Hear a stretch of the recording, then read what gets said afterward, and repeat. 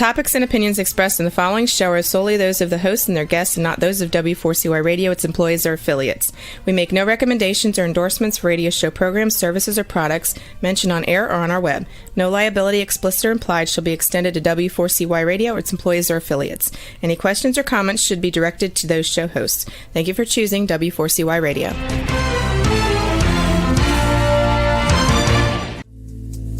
Welcome to Powerful Business Strategies, where you will find out that everything you have ever learned about growing your business is wrong. Finally, a show where you'll learn the right way to grow your business by learning business and financial strategies that your competition isn't doing.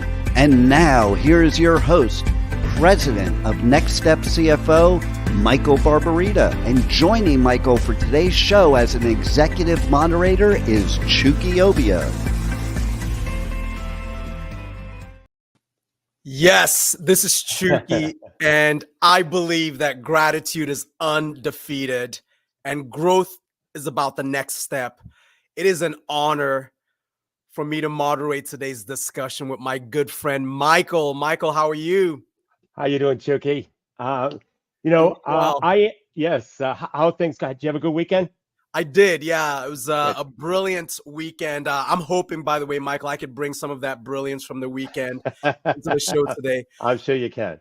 Yeah, so look, quick disclaimer, folks. Michael and I are both affiliated with a number of different organizations, and I currently serve as the managing director of business development for Vedder Price. This is a global business-focused law firm. But look, in addition to that, I collaborate with Michael to moderate business roundtables and document the insights from those roundtables. In fact, we've actually pulled together a number of those insights as part of a book called Powerful Business Strategies. But please note that the views expressed on this show are based on our personal views from our personal success experiences. Now, my mission as the fearless moderator for today is to ask the right questions to get to actionable solutions that you can implement as part of your business growth, and solutions and strategies that the competition is not doing. So from that perspective, let me toss it over to Michael. Thank you, Chucky. Well, my name is Michael Barbarita, president of Next Step CFO. And at Next Step CFO, we're a fractional CFO and strategic implementation firm. And our vision is to ensure overwhelmed business owners achieve the time freedom and consistent profits to build a legacy and live the life they desire. Our mission is dedicated to guiding small business owners to leveraging their time, exploding their profits, and build a meaningful legacy. This show, Powerful Business Strategies, and our book of the same name, is a step toward accomplishing that vision and mission. And so with that, I'd like to hand it back to my co-author and moderator for this show, Chucky Obia. Michael, look, I'm really energized for today's episode. We got some great feedback from our last two episodes. And folks, look, if you've not checked that out, we've got quite a few business owners really from across the country that are tuned in today. If you've not checked out the last two episodes, feel free to invest the time to do that. But in the last episode, it was quite remarkable. Michael talked through a number of stories and strategies specific to the conversion formula.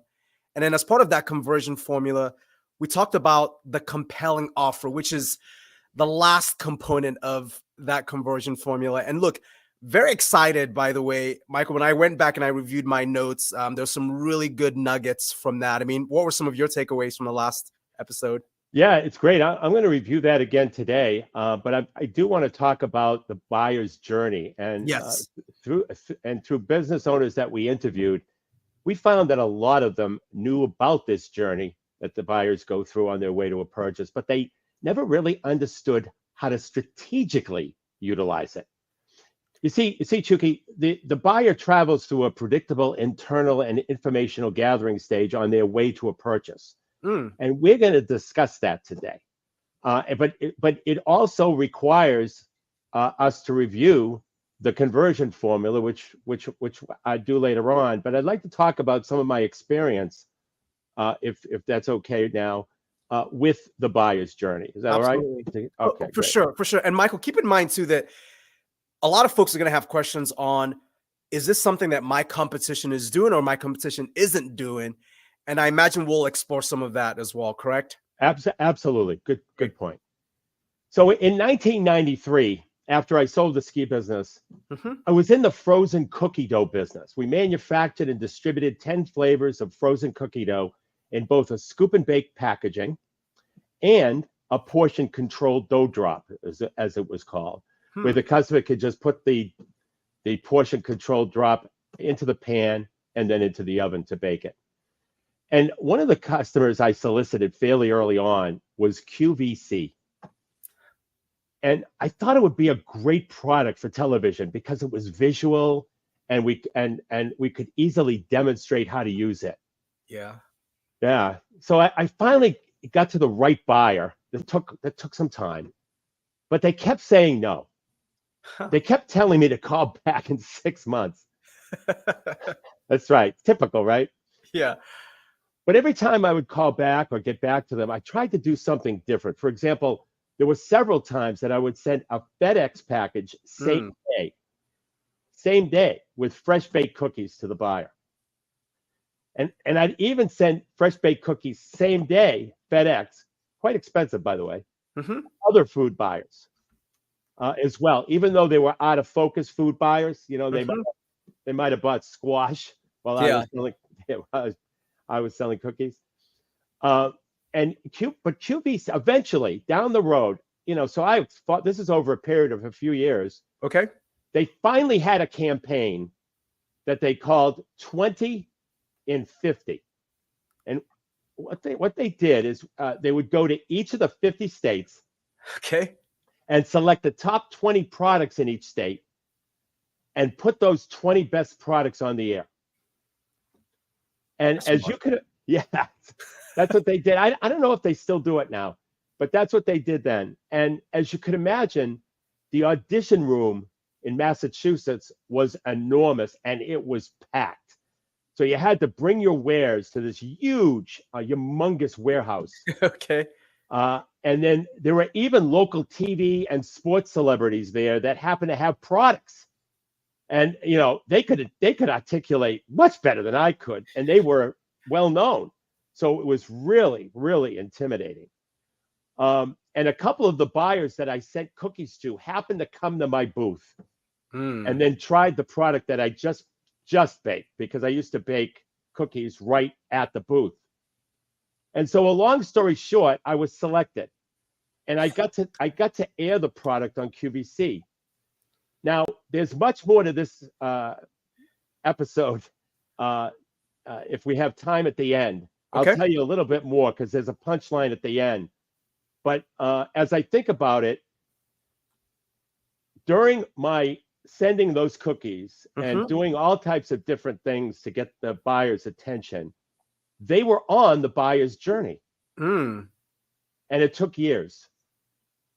So what I'd like to do first is explain the conversion formula again, because the conversion formula plays a really important role in the buyer's journey. Yeah. So as we've been saying in the last couple of shows, the key to successful marketing is that you got to get into the head of the prospect. You got to get into the conversation that's taking place in their mind. But how do we do that? Yes. And so, Chucky, what you and I have observed through interviewing many business owners and customers, that you enter the conversation taking place in the buyer's mind when you center it around two things. Number one, the problem that the prospect has and doesn't want, and two, the solution that they're looking for that they can't find. And we simply enter the conversation in the buyer's mind strategically using what we call the conversion formula. And now here's the thing about the conversion formula. It's a 4-part formula. Okay. It allows you to address the prospect's problem and solution, and to do so at just the right time, like if you were in the prospect's mind. And it's got to be followed like any other formula, where the 4 parts have to be in the right order.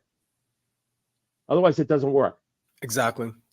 So the conversion formula is as follows. And like I said, it's got to be done in this order. And the first step, the first part of the conversion formula is called Captivate. That's the headline that happens to be the problem that the customer has and doesn't want. And it's designed to stop the prospect in their tracks, to interrupt them, if you will.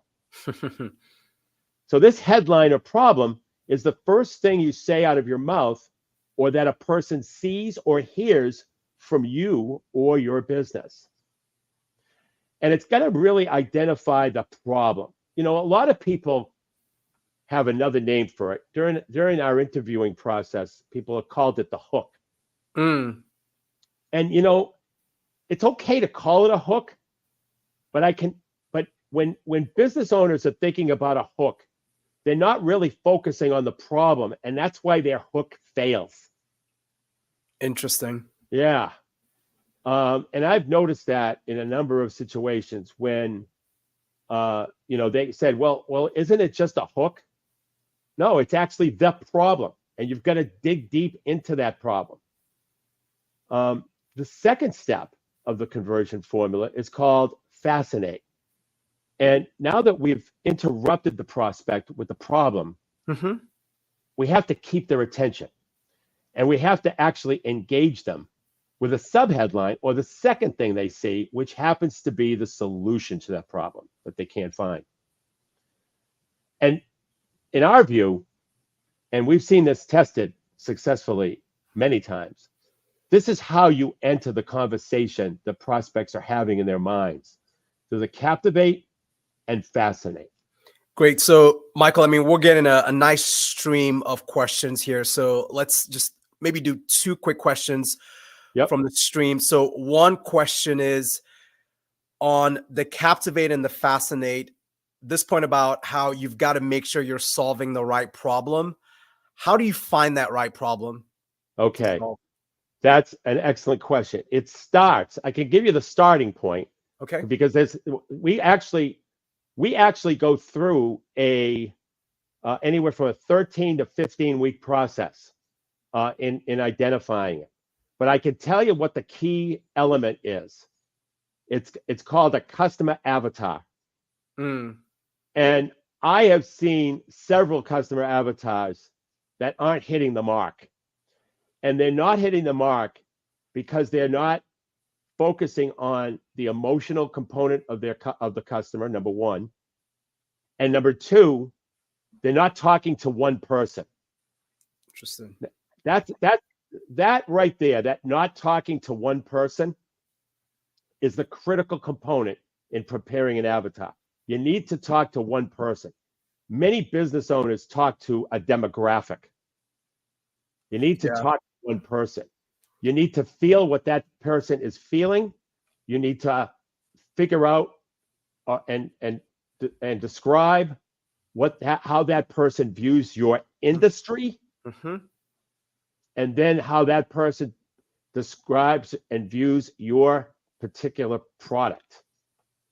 Yeah, I would imagine that kind of a process really brings the problem to life. Really brings the challenge to life. Yeah, very interesting. Michael, the last kind of really quick question just on this stream.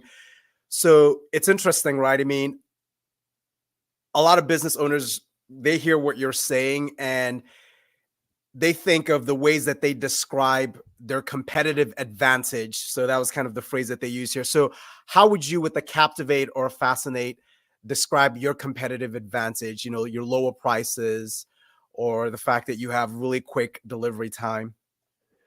Okay, excellent question. So there's this concept that we have put together in our book, Chucky, called "I Hope So" marketing, where the customer, on most of the marketing that's out there today, the marketing that your competitors are doing, the marketing that you are probably doing, is "I hope so" marketing.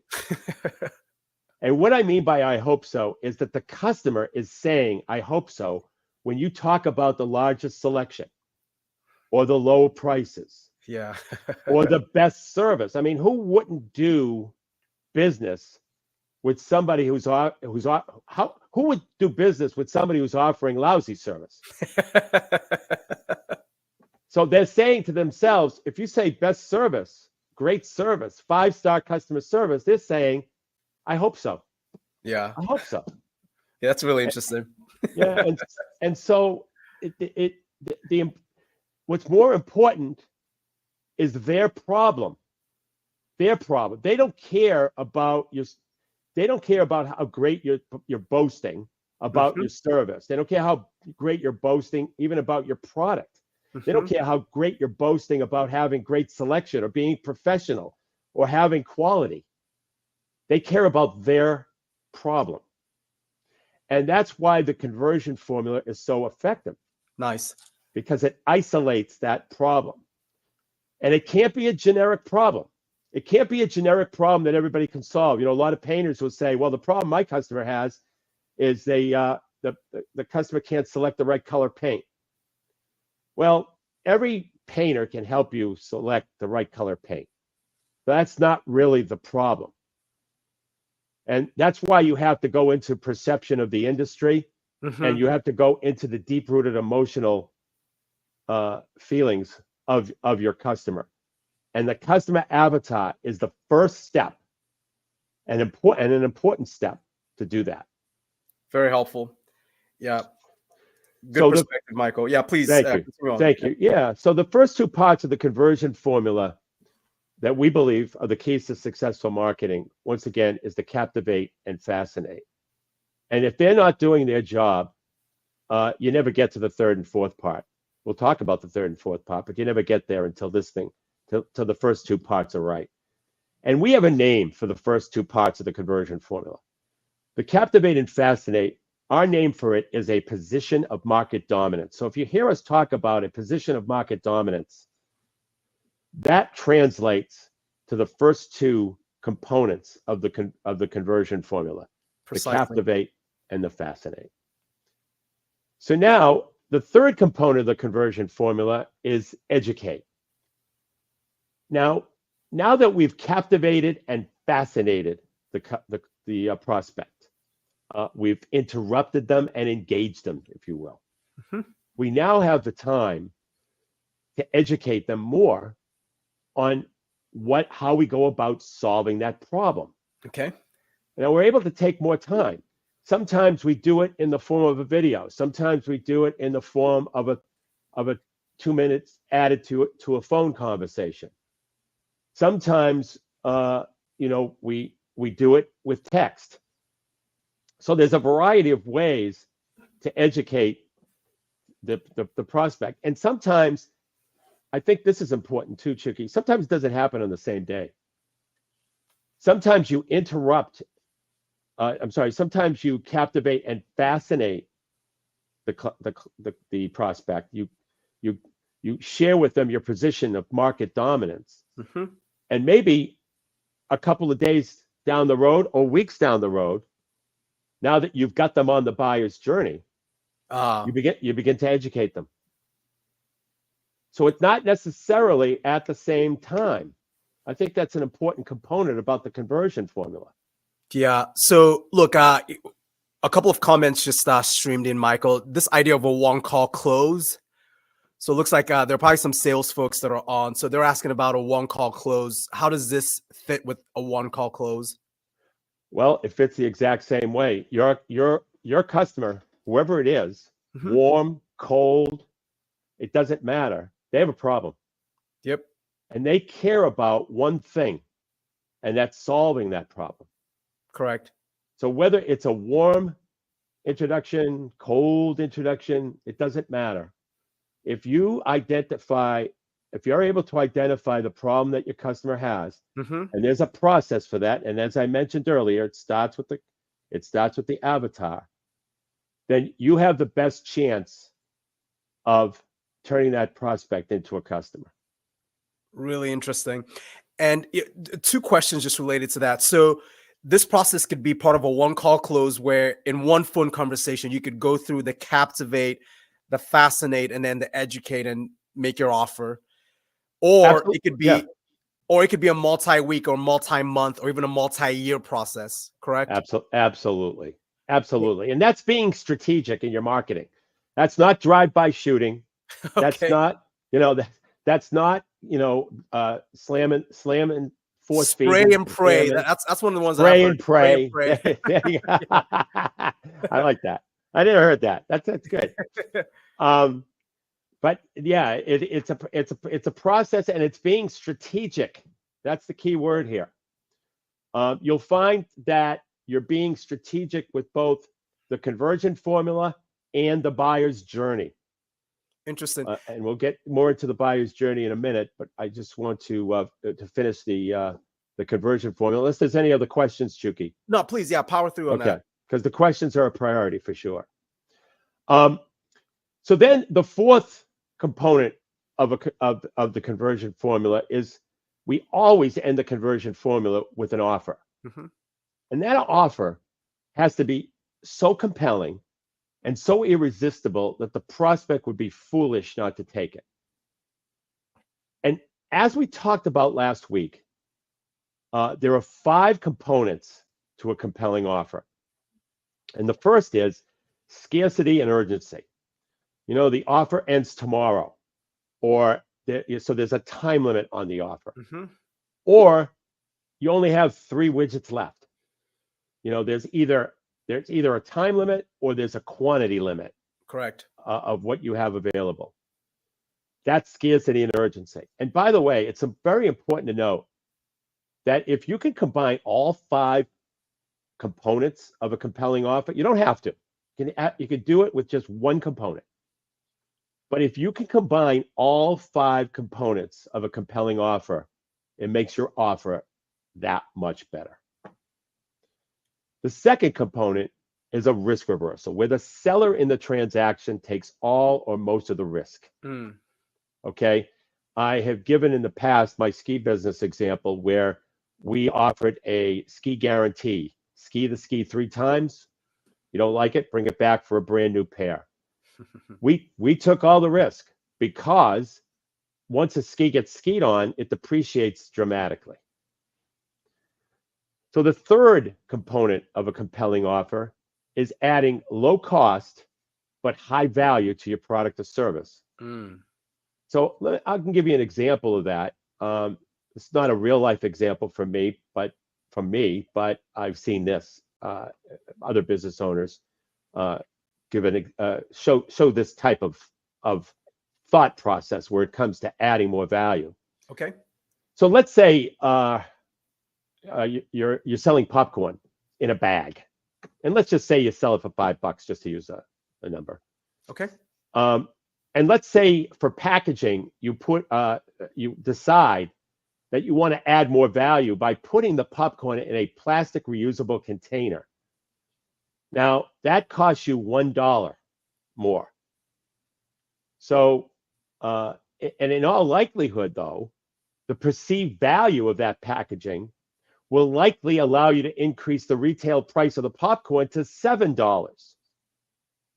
So you can increase your selling price by $2 with just $1 of additional cost. That's adding more value, because what you've done is you've taken the bag, which is what they throw away, and you made it into a reusable plastic container that they can put flowers in or do whatever they want with it, store candy or whatever they want to do with it. And that adds more value to the product or service. It's really interesting. Wow. Good stuff. And I actually have another example. So a toothpaste company could put a QR code on their tube, not the box itself, but the tube of toothpaste, that leads to a video that shows people 4 areas inside their mouth that are most neglected while they're brushing their teeth. So yeah. Some good customer insights. Yeah, and just adding more value. Yeah. And there's ways to do it, and the cost of that is negligible. So the key is to find ways for no cost that you could actually, or very low cost, that you could actually add more value to your product or service, making it more attractive to the customer to buy. It's interesting. Just had a nice comment come in. So is it a perception dynamic, right? They perceive that there's more value there. And given that perception, like you could maybe raise your rates or up the fee. Is that part of what Absolutely. you're great? Really helpful. Absolutely. It is. Now, if you do your customer avatar correctly, Mm-hmm. you'll know whether or not you'll know what value to add. Exactly.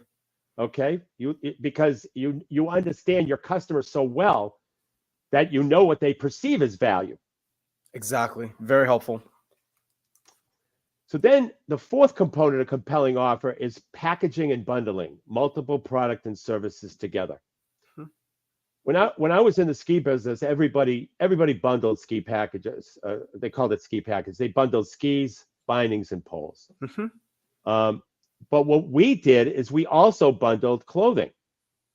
So a parka, a ski pant, a hat, and a sweater, and they flew out the door. Once again, the perception of that customer was that when you put things together, it costs less. And what's beautiful about it is it increases the ticket for the business owner. It increases the sale price. Mm-hmm. When you bundle these things together. And then the fifth component of a compelling offer is indifference to the outcome. What's interesting about this, and we all do it, there's many times that we press to make a sale. And the prospect can tell when we're pressing. And as a result, they surmise that they don't have, that you don't have the customer's best interest in mind. And that means that you're on different sides of the table. Mm. So by being indifferent to the outcome, it puts you and your prospect on the same side of the table. You know what that reminds me of, Michael? It reminds me of being a trusted advisor, even before the contract is signed, right? Right. Where right. they see you as a trusted advisor, because to use your imagery, they are on the same side of the table as you're on. So, Michael, that's a really good point. And what was interesting is that, like ways to do that, Mm-hmm. is giving the customer parameters on why on who you'll accept as a customer. Ah, Yeah, I just did that today, as a matter of fact. interesting. So you're qualifying them while they're qualifying you. That's right. That's being indifferent, because you're going to say some things that potentially they don't qualify, and that's going to help you in the long run. Correct. Because you're going to waste a lot of time, effort, energy. But you have to make sure that you do the qualifications too, and that comes across that you're indifferent, that you really care about the customer and the prospect, and yet you're on the same side of the table as the prospect. Really remarkable. And getting to know that person, that prospect, in terms of their inspiration and goals really helps in this process as well. Yes.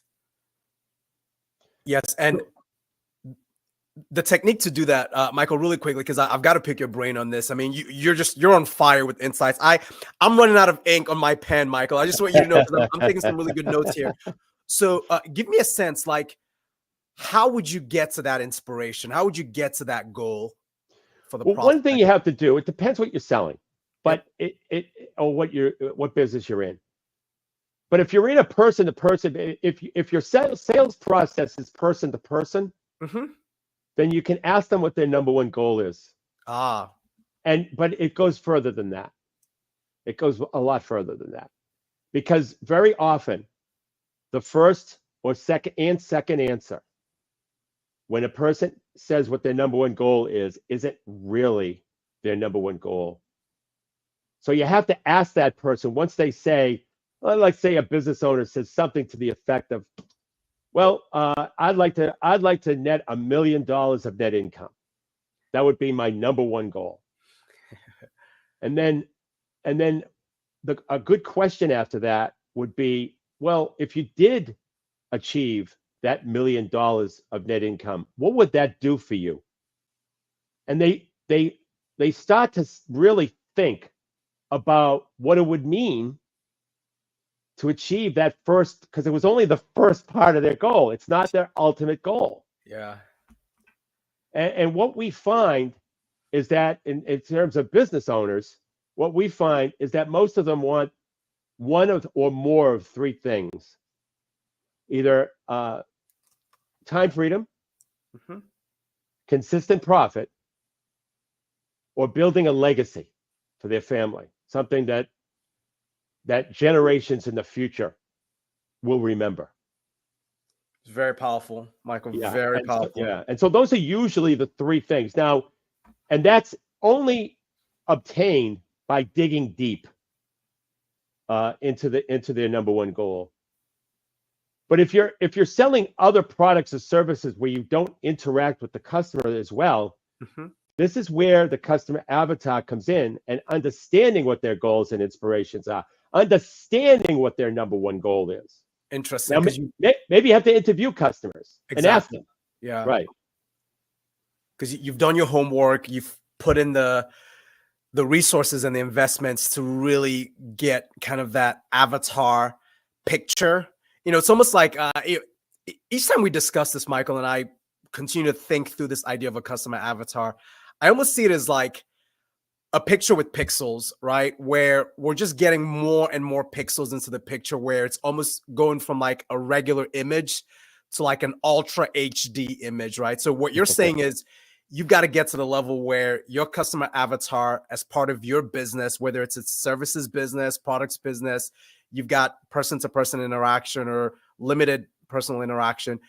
It's almost like an ultra HD image in your understanding of Absolutely. customer. Yeah, it's Absolutely. really interesting. Absolutely. Very helpful. And it picks out things like their goals and aspirations. Yes. And I know even if you're selling pencils, okay, you have to get deep into, and you can center their number one goal around your product. Exactly. What is their number one goal regarding a pencil? What do they want to achieve? Some people want to do it for marketing purposes, right? Yeah. They put the names on the pencil. Some people want to do it just for good writing. Some people want to have good erasers. I mean, I'm just taking a pencil. Yes. I have a client who sells pencils that has a patented seed on the end of it instead of an eraser. Mm. And so you write with the pencil. When it's finished, you turn it around, you put it in the ground, you grow basil, tomatoes, flowers, anything you want. Wow. Yeah. So, I mean, talk about adding more value to your product or service, right? Absolutely. Yeah. And in some ways too, it's beyond the sale. Like you're getting into the lifestyle and the philosophy of these clients and customers, especially if someone's really interested in sustainable practices to impact the environment in a positive way. Right. You've identified that, and they become really long-term relationships. So, Michael, this is interesting, and I'm glad the conversation pivoted to this point about identifying that number one goal and those sort of inspirations and aspirations. The more I think about this too, and I've got a question for you related to this, is this where your definition of the buyer's journey really comes in? So, understanding that sort of customer avatar and that customer profile allows you to then take them on a journey based on things that you understand about them. Is that part of what you're getting at? Part of what I'm getting at, because when we begin to talk about the buyer's journey, we really start talking about tactical marketing, okay, versus strategic marketing. You see, tactical marketing is running ads, being particular on where you run the ads, stewing over colors and fonts and bragging about price, experience, all that I hope so stuff. Yep. But marketing needs to be strategic, which means it's the messaging that's important. Okay. And the conversion formula allows you to be strategic and does the heavy lifting for you by getting into the mind of the prospect and identifying and solving their problems. Now, most people don't understand this, and as a result, their marketing requires more repetition and more money to be minimally effective. So let's talk about another strategic marketing play that plays off of the conversion formula, and that is the buyer's journey. Okay.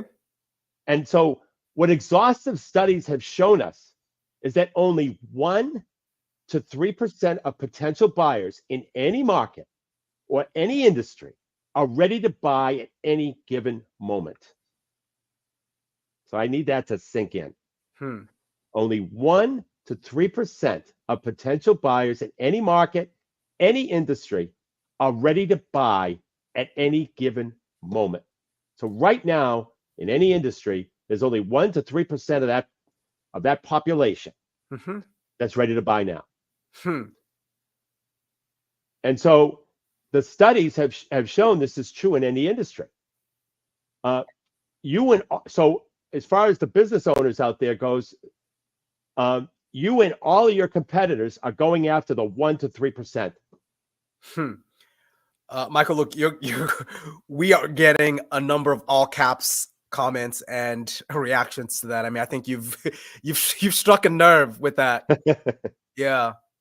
Yeah. So and then Oh, yeah. If somebody have a question too? No, Chucky, yeah. Just a related question on that. It's so does that mean the addressable market is the 97 to 99%? If everyone's going after the 1 to 3%, and it seems like this business owner is asking just for their business, is my opportunity the 97 to 99%? Absolutely, because I ask, well, if there's only 1 to 3% active buyers, what about the 97 to 99% of people who desire your product or service that you offer, but they're not just ready yet? They're not ready. Like QVC, when I called them, they were pretty far from being ready. Yeah. That's a great example because I put them on the buy. Once I found the buyer, I put them on the buyer's journey. And so 97 to 99% of your addressable market is on this journey.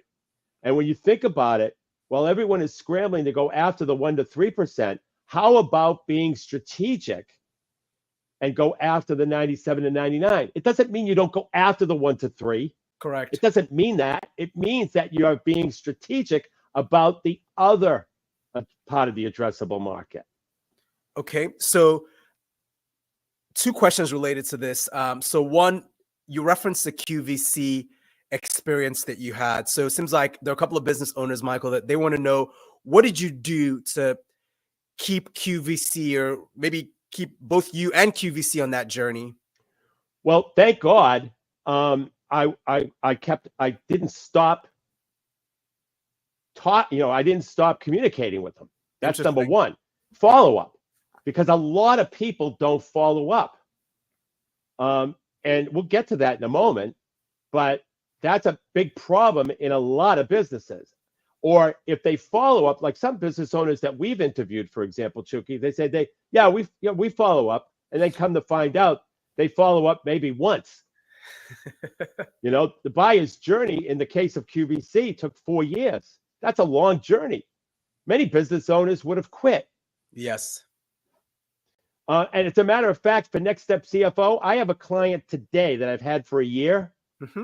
That I've only had them for a year, but I first called them in 2011. So from 2011 to 2023, they were on the buyer's journey. Wow. And they're a client today. 12 years. That is remarkable, right? There's some folks that they're like, look, Michael, if you've got confidence vitamins that you could recommend to me, like that takes a lot of confidence to just stay at it. so maybe Next Step CFO, we could think through some confidence vitamins for you, right? I mean, that's remarkable. That's right. Well, let's I know you're right, but let's talk about a more strategic approach. So we're going to take the conversion formula, yes, and combine it with the way that buyers buy on the buyer's journey. That can create a more strategical versus tactical approach. So let's go through that buyer's journey together, because this is what the buyer goes through in that information gathering process over time. So the first step is an awareness of the product or service. Maybe they knew about a particular product or service and the problem it solves. Maybe they didn't. But there's an awareness that comes about that this product is available and that they think they might need it. And like thinking like a prospect for a minute. Let's say I have this problem, and then it creeps up from time to time. But sometimes it's not top of mind, and then boom, I see something that reminds me of the problem, And now all of a sudden, I'm back on this journey again. And once I'm aware of the product, I'm thinking too, what else is out there? You know, some interest starts to ensue, and maybe some research is done as to what the options are. But this can be over time. You know, it doesn't necessarily happen all at once. As I said, one of my clients was on the 11-year buyer's journey. But this is the awareness stage, and that's the first step of the journey. The second step is, why should I buy? So it's now information gathering that's supporting the fact that it's solving a particular problem that they have. And what are the benefits to them? You know, they're thinking about what are the benefits. And they're compiling advantages and benefits of buying this particular product or service. Mm-hmm. The third step is, why shouldn't I buy? Meaning they're saying to themselves, well, what are the objections? Can I afford this? Does it really work? What are the alternatives? Is there another way I could solve this problem without this? And then the fourth step is, who should I buy from? You know, I decided I'm going to buy this solution, but from who? Yeah. And so along the way, buyers are gathering information. Now, tactical marketing is incentive-based, and it's based on price and experience, and that can attract that 1% to 3%. And that's why some people with I hope so marketing land that 1% to 3%. You know, they drop their drawers, so to speak, and offer a very low price. But the 97 to 99% of the people that haven't decided yet, they're on that journey. And so here's what our research found, and this is what's really important in terms of being strategic. Today, it takes anywhere from 20 to more than 100 touch points before a prospect makes their buying decision while on the buyer's journey. So when I was soliciting QVC, it was taken this many it was taken easily 40 or 50 touch points, easily. However, we found that if you use the conversion formula, which I was not doing back then, to follow the prospect on the buyer's journey, it reduces the touch point somewhere between 5 and 12 before you can engage the client to buy. All right, so Michael, I really want to underscore that point because this is critical, and this has come up in a number of our business roundtables. So what you're saying is pre-conversion formula. So before the conversion formula, business owners are doing a lot of what their competition is doing, and it could take anywhere from 20 to over 100 touch points. With the conversion formula, which a lot of your competition isn't doing, you reduce that strategically and impressively down to 5 to 12. Did I hear that correctly? Yes, you did, if you use the conversion formula. Nice. Okay, because you're identifying that problem and you're reiterating it, or you're finding another way to present that problem, maybe in a different way.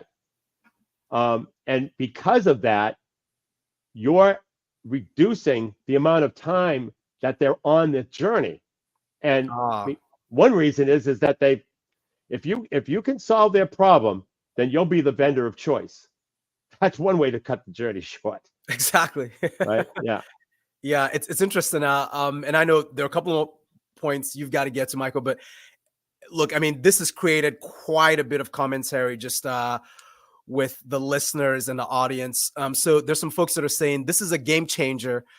There's some other descriptions like this is profound. And yeah, this would save me and my team a lot of time, to your point, Michael. But yeah, really good stuff. Excellent. Thank you, Chucky. So what we found, though, Chucky, here's something else. What we found is that the best way to communicate with a prospect while they're on the buyer's journey is by utilizing a drip campaign. And I know that there's a lot of negativity regarding a drip campaign, but a drip campaign, for those who don't know, is an automated sequence of value-added communication that's sent directly to the prospect. Now, a drip campaign follows the buyer's journey and communicates with customers or prospects on a predetermined and scheduled basis that nurtures the relationship as they go down the journey.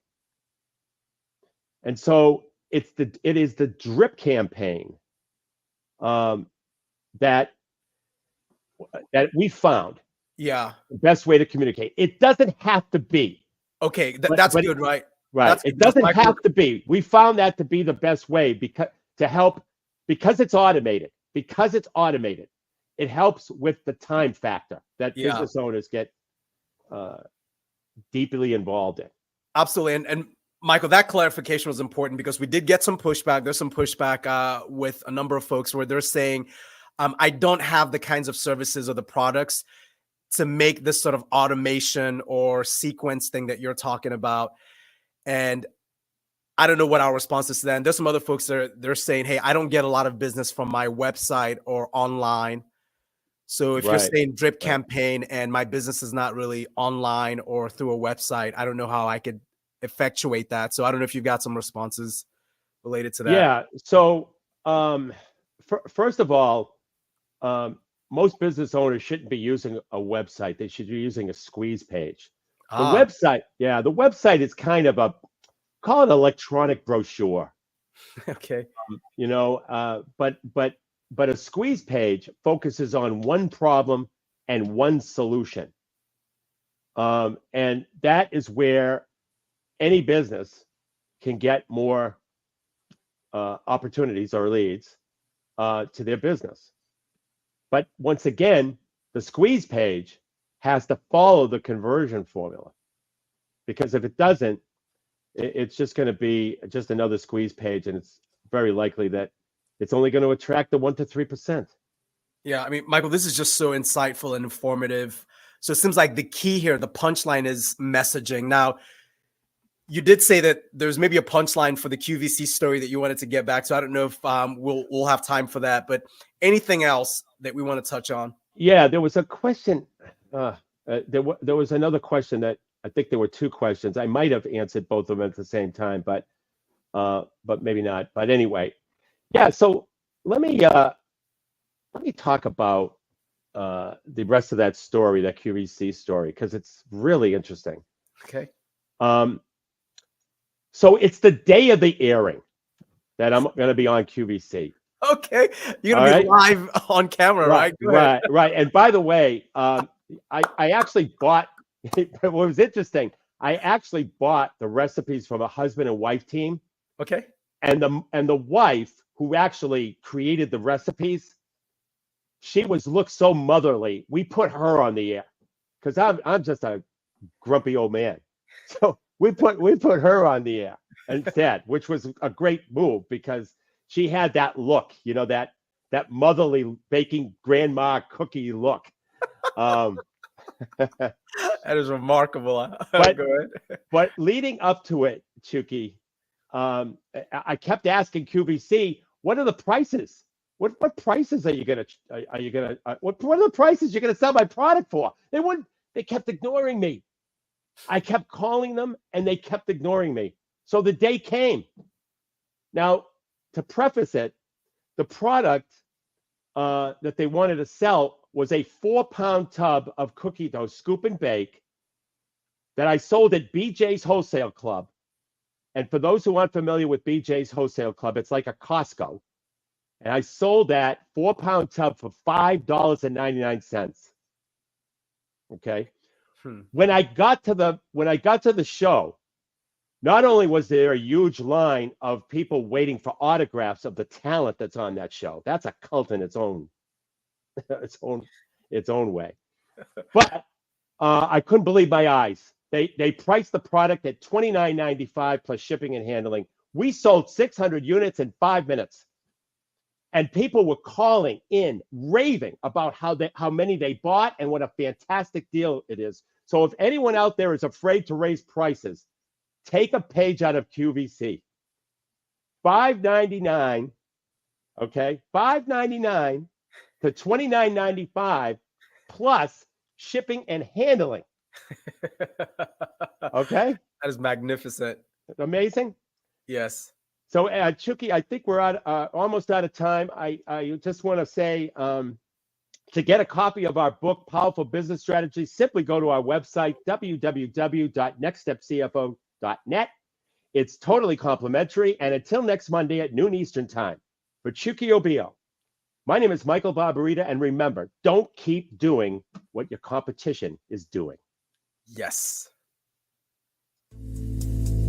You have been listening to Powerful Business Strategies, finding out that everything you ever learned about growing your business is wrong. Tune in next week and every week at noon Eastern Time on W4CY Radio with your host, Michael Barbarita of Next Step CFO and moderator Chucky Obio.